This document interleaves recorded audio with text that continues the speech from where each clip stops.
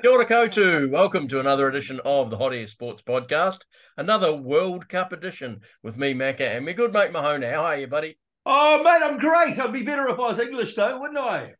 You know Yeah, why? good result. You know why? Go Coming on. home. It's coming home. It's coming. Football's coming home. You know it is, mate. You know it Every is. English supporter will be singing that song at the moment. Oh, mate, I said they get knocked out at the group stages. What the hell do I know? But hey, look, man, have there been some upsets or what? So far, let's do a World Cup. What we're doing here, basically, we're going to just cover up what's happened in the World Cup so far. Yep. What we predicted first. I mean, the great thing about predictions is that they either come back to bite you on the ass or you look like a genius. At the moment, we're both getting bit in the ass big time, but what a World Cup so far as the results go, especially in the group stages, Macca. Man. Oh, absolutely. I mean, if you start to look through the groups, I think we got we got one wrong in Group A. We had Netherlands and Ecuador, I think, going through. Yeah. But Senegal got up on that one. Yeah, not a good start. No, I mean, yeah. Basically, let's go through some of these upsets. Saudi Arabia, the second day, I think it was, beating Argentina 2-1. Yep.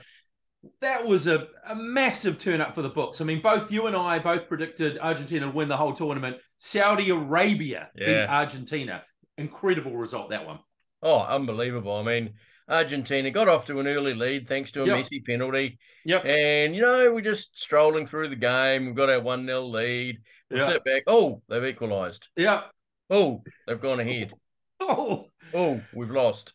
Don't you absolutely love football? The fact that it's a low-scoring sport, that sometimes that can happen. We did sort of say that when we were talking to Piney about when we're previewing the tournament. We said there will be some upsets. There definitely will be. And my God, has there been upsets because it's of the type of game it is. And then I think it was the day after, Japan then get up and beat Germany. I mean, mate, it's a predictor's, nightmare, isn't it? I mean, and then they leave their dressing room spotless afterwards with a few origami cranes, etc. So, and all the Japanese crowd cleans out the stadium.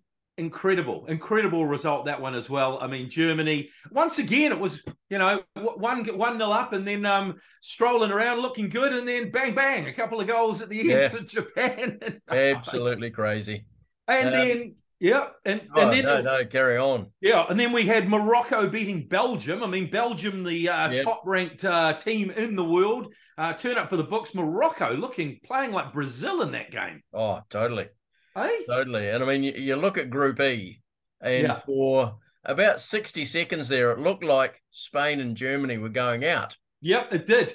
I think at one stage there, all of those Spain. At one stage there, all of those teams was leading the group. It was just crazy, mate. I mean, it's just the most ridiculous scenario of a group stage I think I've ever seen. I mean, this is the most exciting group stage of any World Cup I've ever watched. Would that be right? Another upset for you? Yep. Aussie. Oh! Oi. Australia got up and beat Denmark 1-0. Absolutely fantastic result for them. We wrote them off before the tournament, and they proved us right. Australia's ever sent to the World Cup, we said. Yep, absolutely. And I still believe that. It's just that they played with a purpose, they played with a style, and they gave it their all, Great result for Australia. Then Tunisia beat France 1-0. I mean, an African team beats France. Absolutely incredible result, that one as well. Then Australia, of course, beating Denmark. Japan then lost their next game to Costa Rica. But then they go around and turn it all around and beat Spain. Yeah.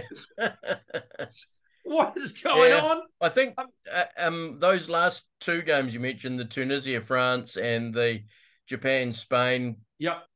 Both teams had pretty much already qualified, even though Spain were nervous for about 60 seconds they were on that last day. But they had effectively qualified, and they didn't really. I mean, France made how many changes?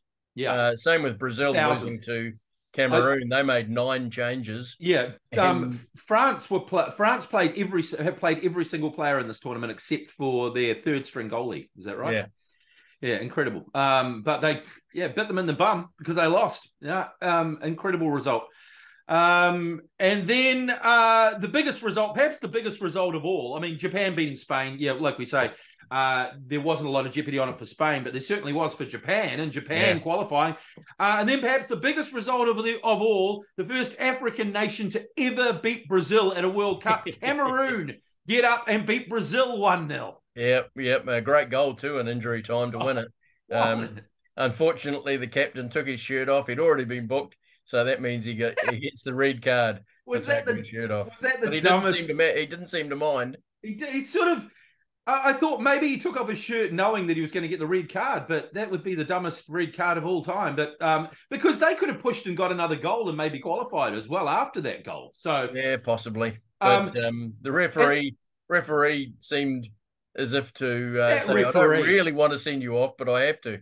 That referee, I think he really wanted to send him off. I think he was enjoying the limelight being on him.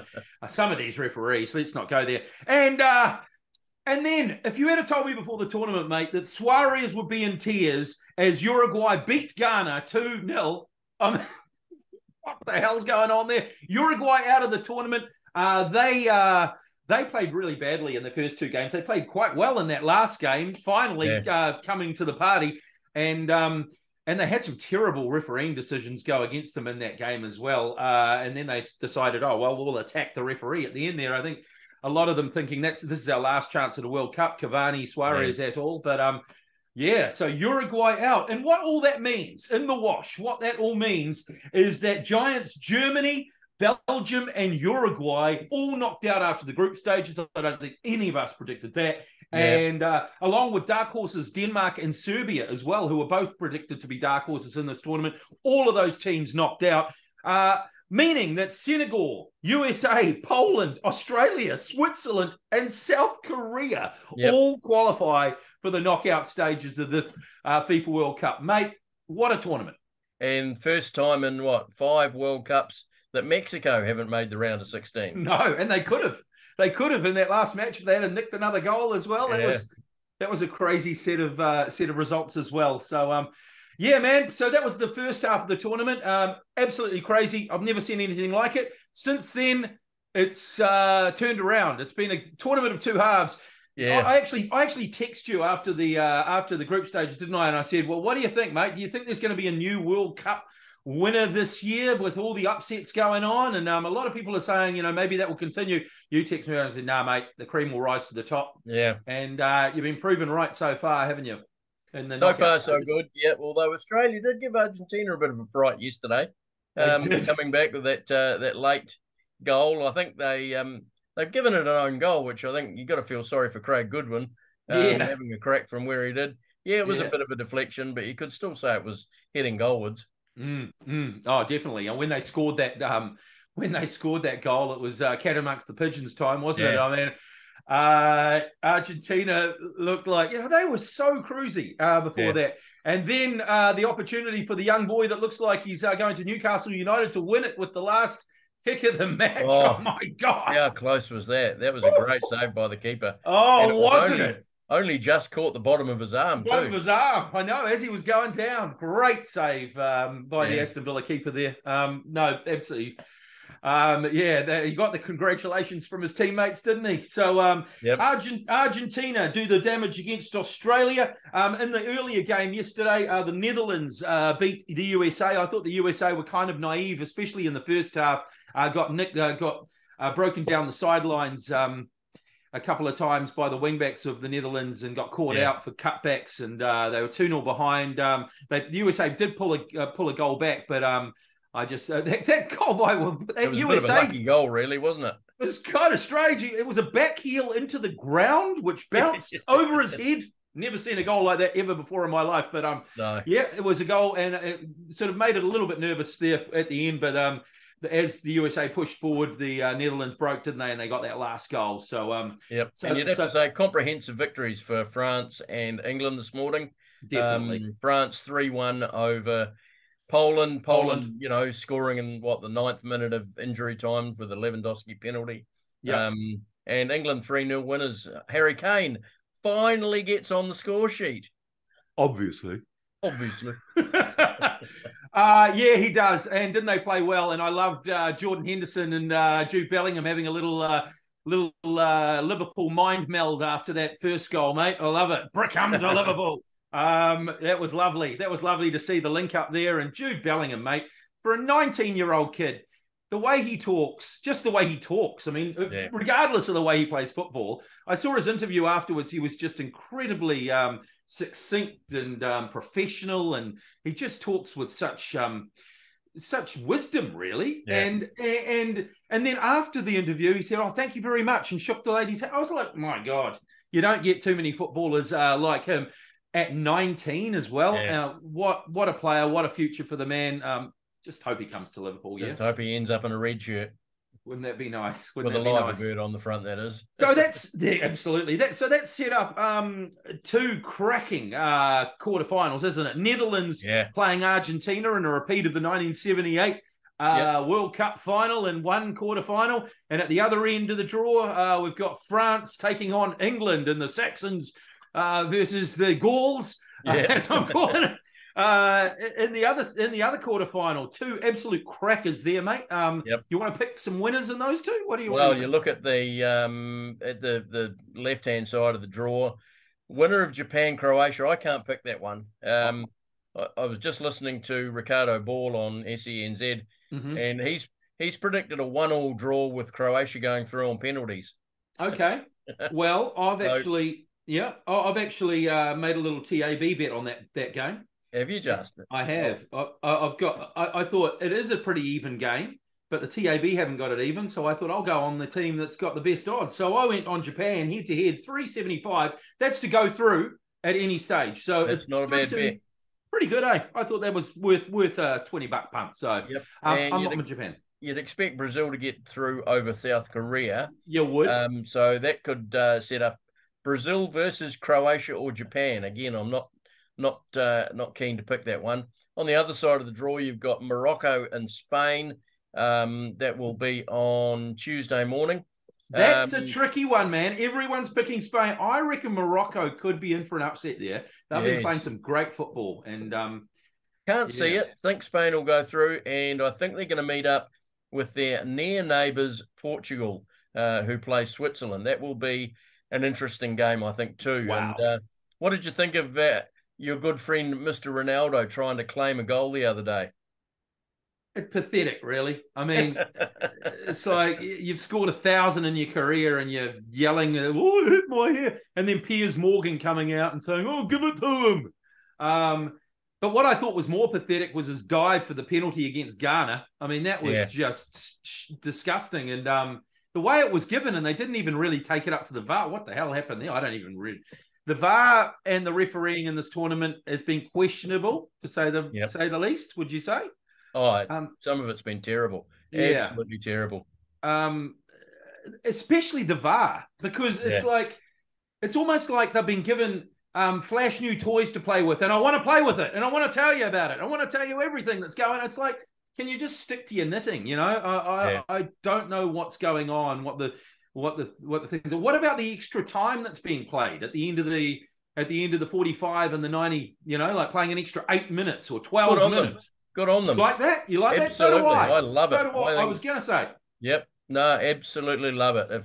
If you're gonna try and waste time, it's gonna be added on. And we've seen that. I mean, that was at the first weekend, there was 12 minutes. I think the England-Iran game ended up being about 105 minutes long. It was, a long time. I agree, mate. I completely agree. We've been saying it for ages, this sort of time wasting and stuff at the end of games, and then they just go. It seems like, especially in the Premier League, it seems like in the first half, they will never give more than 1 or 2 minutes at all. It doesn't matter what the hell happens. Unless there's been a bad injury. In the second half, it's like 4 or 5 minutes maximum. Yeah. Absolutely. They just will not go longer. It's like, once again, unless there's been a really bad injury. And the Premier League have actually come out, the referees have come out and said they think what's happening at the World Cup is ridiculous, and it will not be happening like that in the Premier League. It's like, it's one thing that I think they might have got right at this World Cup, and the Premier League is saying, no, we know better. It's similar to what they did when the World Cup got VAR right in the Brazil World Cup, and it seemed like it was all working fine. And the Premier League said, "No, we're not going to take any lessons off that because we're better. We know better." Yeah, I'm still of the opinion, and this was floated by former All White Billy Harris a number of years ago, of changing the game to have 30 minutes every half, but stop the clock every time the ball is out of play. You know, like they do in basketball and American football and that sort of thing. I'm still in favour of that. If you've got 30 minutes of extra time, you're going to get more football than you do currently with 45 minutes each way. Yep. I mean, I don't have any problem with it. I mean, it would stop the shenanigans. I mean, that's the worst thing in football for a person that's a non-football person watching football. Yeah. Especially during the World Cup, right? They all get to see it. And especially now with the 4K ultra high definition resolution and the super duper slow-mos and all the stats and all that sort of stuff coming through, you can see clearly when a guy's not injured and he's just holding his face or he's rolling around or, and that is the biggest turn-off for anyone who's not a footballer. What is he doing? What's he doing? He's trying to con the ref. He's trying to con the ref. Everyone's trying to con the ref. Everyone on the field. It's 11, it's 22 guys running around trying to con the ref. And it would be nice if they had a little bit more help, wouldn't it? Yeah, I did. In saying that, some of the refereeing and VAR has been terrible, I have seen some very good instances of very good and very wise refereeing. For example, yesterday when Aziz Behich, the Australian left back, got involved in a bit of a tussle with Leo Messi. Yeah. And he had the wild eyes going on, and the referees just run straight in between him and basically just started patting him on the chest saying, look, just, and we don't know what he said, but the commentator said he was probably saying something like, this is the biggest game you're ever going to play in your career. Don't stuff it up by getting sent off. Yeah, exactly. Sometimes, when you take it back to Pierluigi Collina, right? The first 5 or 10 minutes, someone would kick someone. He'd go up to them and go, and everyone would go, shit, I'm not going to do that for the rest of the game. And it'd be sorted. And there are a couple of refs, I must say, when we've been criticising the ref, I must say, there have been a couple of refs, and some of them that I haven't seen before as well, that have been quite good at managing the game. I'm not going to say they're great in all aspects of the game, but managing the players. Yeah. They manage them a little bit better than sometimes that we see in the Champions League or in the Premier League. I think that they do. So we have to give them credit there. And some of the better referees you see waving off players that they can see have, fallen over too easily or a hand has glanced somebody's face and they've gone down like they've got a broken jaw. Exactly. And the referee just waves play on and tells them to get up. It's good. I mean, those instances have been fantastic. And, we don't want to just slam the referees for everything they've done wrong. Let's give them a few plaudits for some of the things they've got right. I think one of the best referees in the tournament is the Dutchman, Danny Mackelly. Yeah, he's seen often in Champions League games. He's one of the best going round. Although he did make a mistake the other day when he went to the screen. And a lot of the other nations pushing the one love message, their referees didn't really get a go in the first 2 rounds, did they, of full play? No idea why. I wonder. Yeah, there was the whole armband situation, wasn't there? That might be a nice segue to sort of take it to a bit of comments that we have had on our previous podcast from a few listeners and a few watchers saying that, we didn't bring up the political situation in Qatar. We were only focusing on the football. Did that mean that the Hot Air Sports podcast is in bed with FIFA and we have no problem with the political situation and the... No, that's not what it means at all. We just want to talk the sport. But if you're on it and if you do want us to talk the political situation, we hate all that stuff. We hate those big fat cat FIFA bastards who sit in their ivory towers collecting their money and ripping off the global game. We hate all that stuff. And we've just both recently watched a great documentary on Netflix, haven't we, called FIFA Uncovered. Yep. And it covers all of that. Highly recommend that. Highly recommended by the Hot Air Sports podcast if you want to get into the nitty-gritty of exactly the ins and outs of the crowd. I mean, I knew a lot of it. Yeah. But to see it all laid out so beautifully, and some of the football footage is absolutely amazing, isn't it? I mean, the high definition footage of the 78 and 74 World Cups, for instance, that I've never seen some of that footage is just incredible. And just the blatant lying from some of those people still, who, still who took, you've got wads of cash in their pockets Yeah. from all sorts of different people, just saying, "Oh no, that never happened. I did the best for I did football. nothing wrong." They're just still, and that's the great thing. It's still got all the biggest protagonists. Yeah, Sepp Blatter, Gianni Infantino, all of them still, current interviews still claiming that they've done nothing wrong, and FIFA is the angel of an organization that just does so much good around the world for football. It's a crazy, crazy documentary. Make sure you watch it if you've got Netflix. It's called FIFA Uncovered. yes, quite right indeed. And and if after you've watched that, watch Welcome to Wrexham too. That's another. Absolutely, yeah. That's almost a palate cleanser, isn't it? After watching FIFA Uncovered, it's all about the joy and the love of football, isn't it? Really, right. Grassroots style. Brilliant documentary about Ryan Reynolds and Ryan McElhenney, or is it the other way around? Rob McElhenney. Who bought Wrexham, the football club in Wales, and have tried to bring in a little bit of cash, a few extra players, and have made a documentary about it. It's absolutely fantastic. It's on Disney, isn't it? It is Disney Plus. Yeah, anyway, back to the World Cup. We did mention before that you were wondering if we might see a first-time winner of the World Cup. I don't think so. I think the only team that could possibly do it that's left now would be the Netherlands. The Dutch. But whilst they've got through quite easily so far, have not really come up against too much what you would call tough opposition. But yeah, I mean, they're certainly in there. They've got a big, tough one against Argentina next up. Argentina, as we said, started slowly. They're starting to kick into gear, though, aren't they? Messi was absolutely fantastic against Australia. Yeah, he's warming up. I mean, for a 35-year-old, he's just looking sprightly. He just walks around and then just takes off when he needs to. He's just phenomenal, isn't he? I loved Peter Drury's comment at one stage during the game saying Lionel Messi is 35 years old going on 19. Absolutely. Wouldn't it be great if he was 19?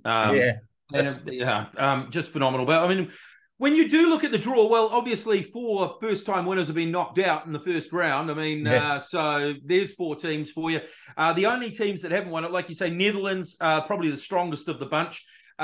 Switzerland, you wouldn't say they were probably. Morocco. Portugal, possibly. Maybe Portugal. And then you've got Japan, Croatia, and Korea, haven't you? Yeah. I really think that side of the draw has really opened up for Brazil, hasn't it? They've got Croatia, Japan, and Korea. I mean, they're going to breeze through there. I think they're through to the semi-final, I think. And then they're going to meet probably Argentina in that semi-final, Brazil, Argentina. And you look at the other side of the draw, you got France, England to go through to that semi-final, probably Spain, Portugal to go through the other semi-final. So it's really the big hitters coming through, isn't it? Like you say, Portugal could be that smoky, and the Netherlands at the other side of the draw could be a smoky as well. But after those 4 first-time winners, 0-time winners are being eliminated in the first round of the knockouts. I really can't see. I mean, unless Netherlands or Portugal do something, eh? What are you making of Portugal? What are you making of other than Ronaldo? What do you? Well, I think they're a bit like Manchester United. I think they might be better off without him. To be perfectly honest, I think so too. Especially if they're Jota. Jota would be. Especially if they have Jota. Yeah. I mean, they've got some very good players, but again, a bit like Belgium and Croatia probably as well. The teams just, they've had their really good years, but the team's just starting to get a bit older now. And Pepe at the back's about 50, isn't he? That's about our age. Pepe, yeah. He's been around since 1944. He has. Still as dirty. Yeah. And that is sad. Yep. So, carry on. Yeah. Some of the individuals I think that we've really seen stand out in this tournament. Cody Gakpo from the Netherlands. He's been outstanding. Been a lot of talk around him going to Manchester United, but also rumours going around that he may not want to go somewhere that's not playing Champions League football. Did you hear the quote from Virgil van Dijk yesterday about it? Oh, I didn't. You didn't hear it? No. When they asked, Cody Gakpo could be going to some of the big clubs, Real Madrid, Manchester United. What do you think? And he said, Manchester United, a big club. Manchester United aren't there with Real Madrid. Come to me with bigger clubs. And I was like, that was a great call. So yeah, he would be interesting. But then, what are they going to do with Sancho? I mean, they seem to buy a winger every year, and then if they don't play well, they're gone. It doesn't matter what they pay for them. Yeah. He's an interesting player, isn't he? He's quite a tall winger for a wide player, but he drifts inside. He's very technically sound, isn't he? He's got a great eye for goal. Yeah, absolutely. Scored in every game, except for that knockout game. Unlucky not to score against the US. He absolutely let fly from about 25 metres and it just went over. Yeah. Actually, that goal, going back to Lionel Messi, mate, that goal that he scored, did you know that's the first goal that he scored in the knockout rounds of a World Cup? Yeah, commentators were saying that. Yeah, that's incredible, isn't it?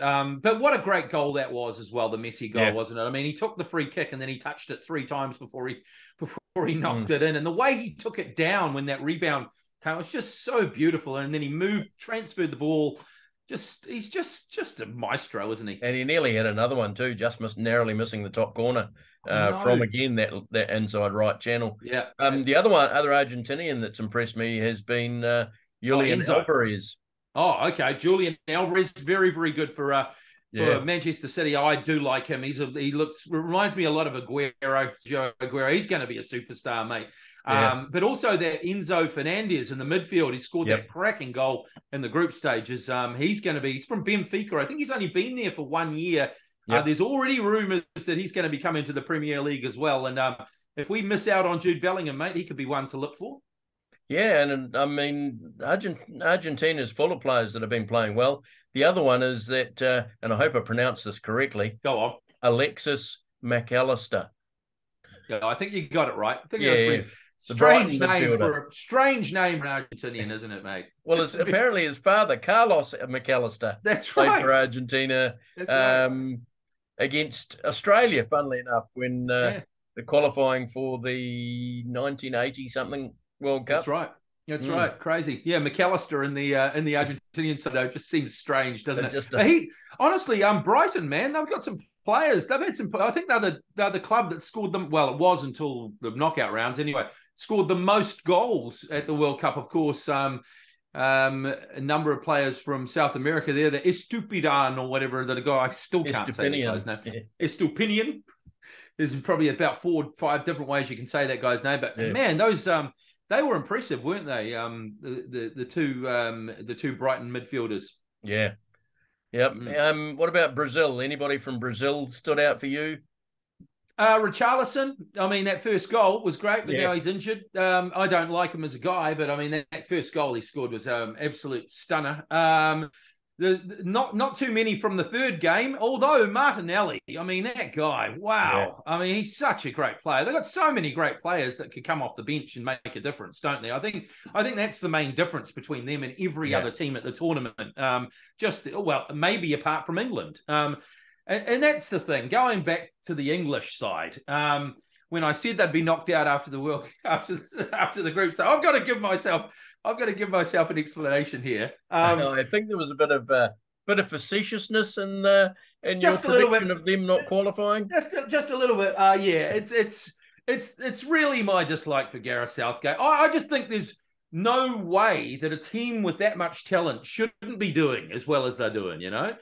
Second game, let's go to the USA game. That's been fairly typical of the Gareth Southgate's England for the past year or so. So that was just a snore fest, a 0-0 draw. Yeah.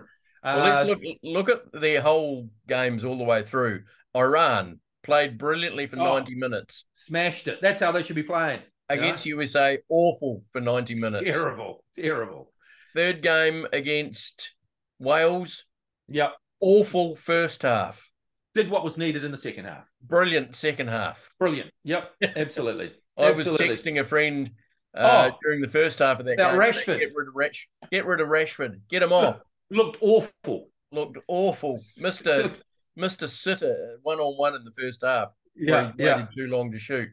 And then he yeah, comes out and he blasts a beautiful free kick and then gets yeah, another one. And yeah, I think did he get man of the match? yeah. He got the man of the match, and then Gareth Southgate didn't pick him today.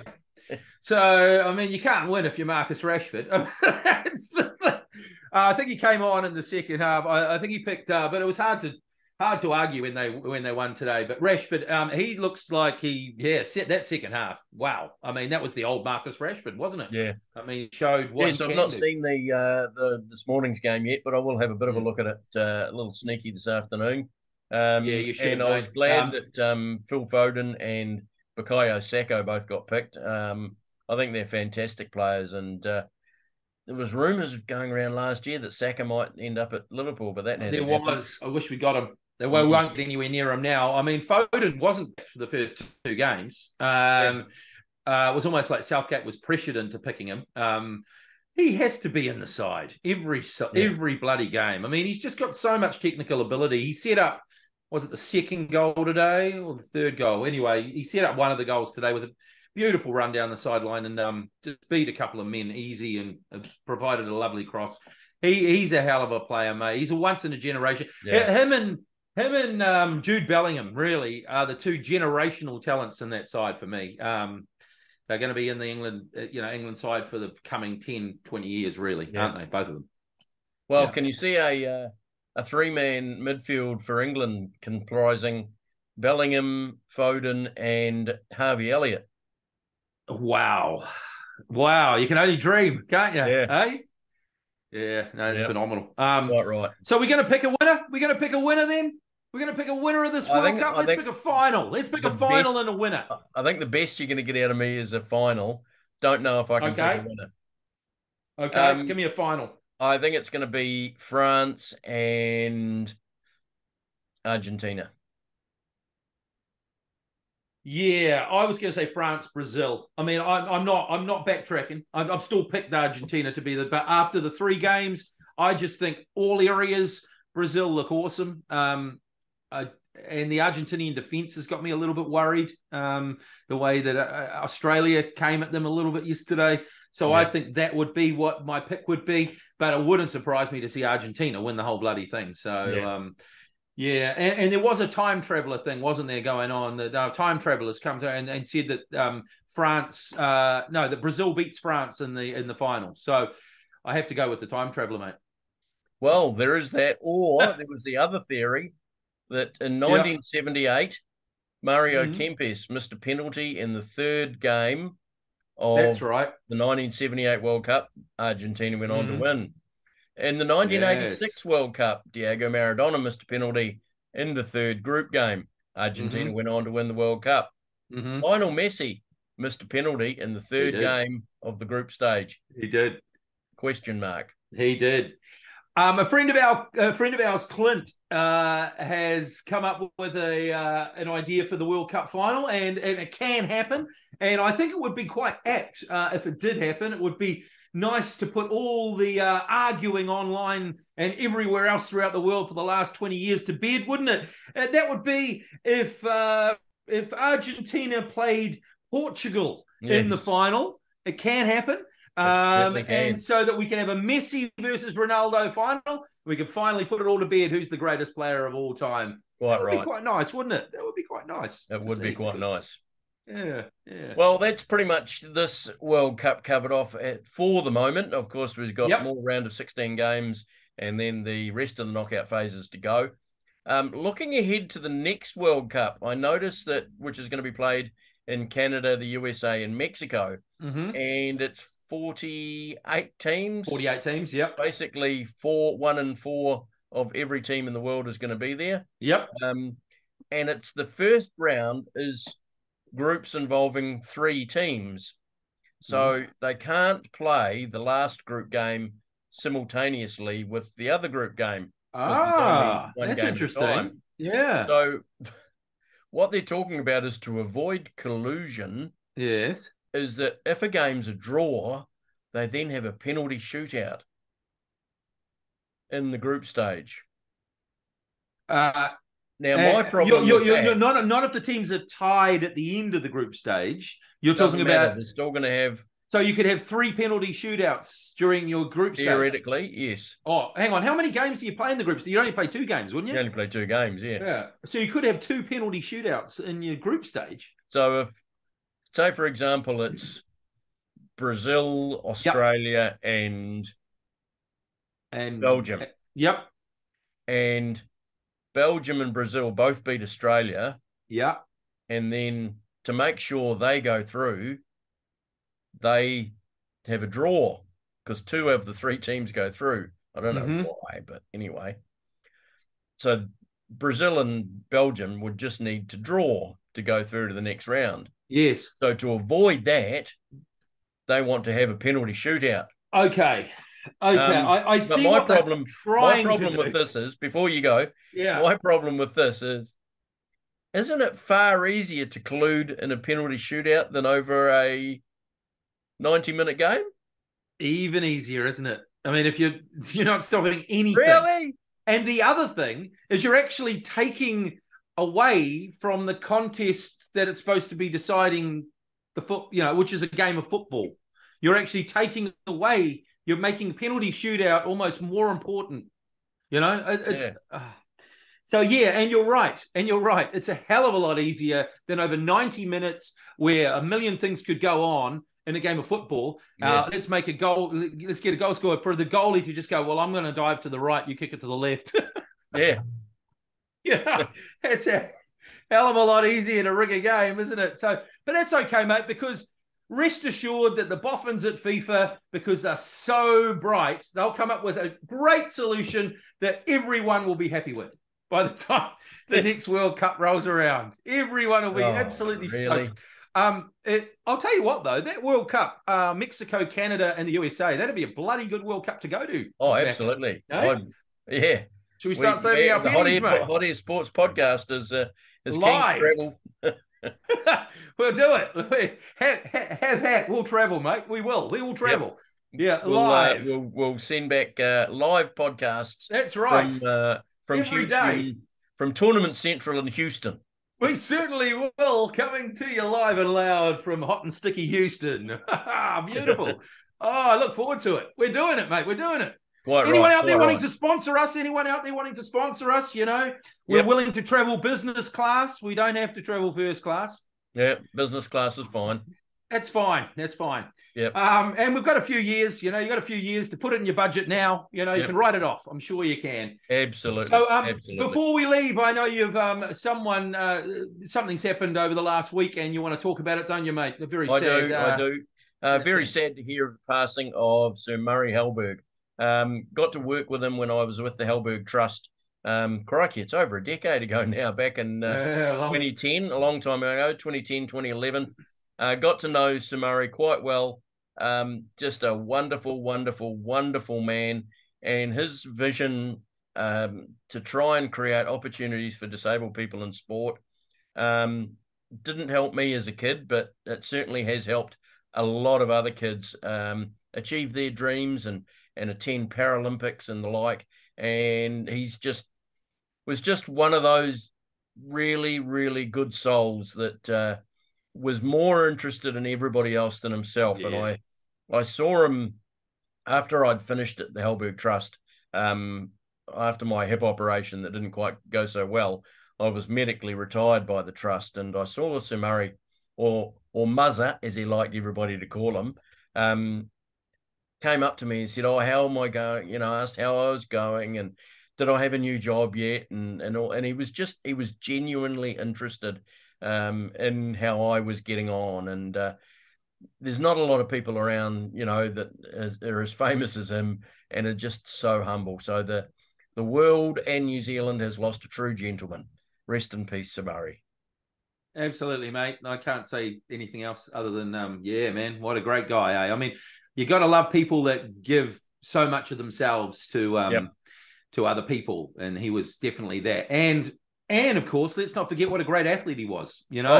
5,000 meter gold medal in Rome, mate. That was a golden hour for New Zealand. It was perhaps the making of New Zealand, the birth of us as a nation, with us having identity other than rugby, of course. you know, that golden hour when he won the gold, and then Snell won the gold just after. Murray Halberg, man, rest in peace. Well, we'll never ever forget him running down. You know, that footage of him with the withered arm, just a top bloke, and you know, just gave so much to so many others. So what a top bloke. Yeah, quite right. Well, that brings to a close another Hot Air Sports podcast. As the World Cup goes on, we'll come back with some more updates. We will. Not sure when, but before the end of the World Cup, hopefully. We'll wrap it sometime, mate. We'll wrap it sometime. Put a bow on it, won't we? We're heading towards Christmas. Hopefully, all our friends and you get to spend time with friends and family. That's what it's all about. And if you like the show, make sure you give us a like, drop a comment, all that sort of stuff. We love to hear from you, don't we, Macca? Quite right. So that's a goodbye from me. And it's a goodbye from him. We'll see you next time.